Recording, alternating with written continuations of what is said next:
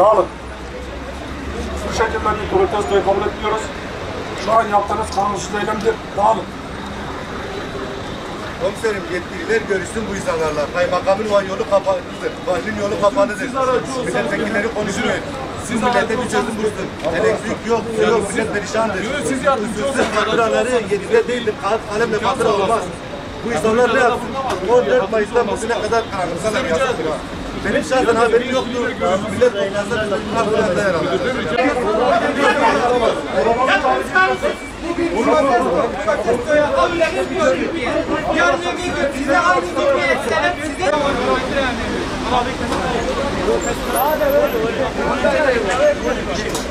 أنا مرة يملك عمك أنا مرة يملك عمك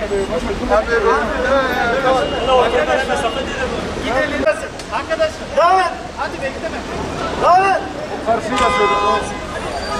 Tamam. Esnaf olan adam kendi dükkanına geçsin. Evine geçsin. Aç yolu. Aç. Yolu. Hadi devam et.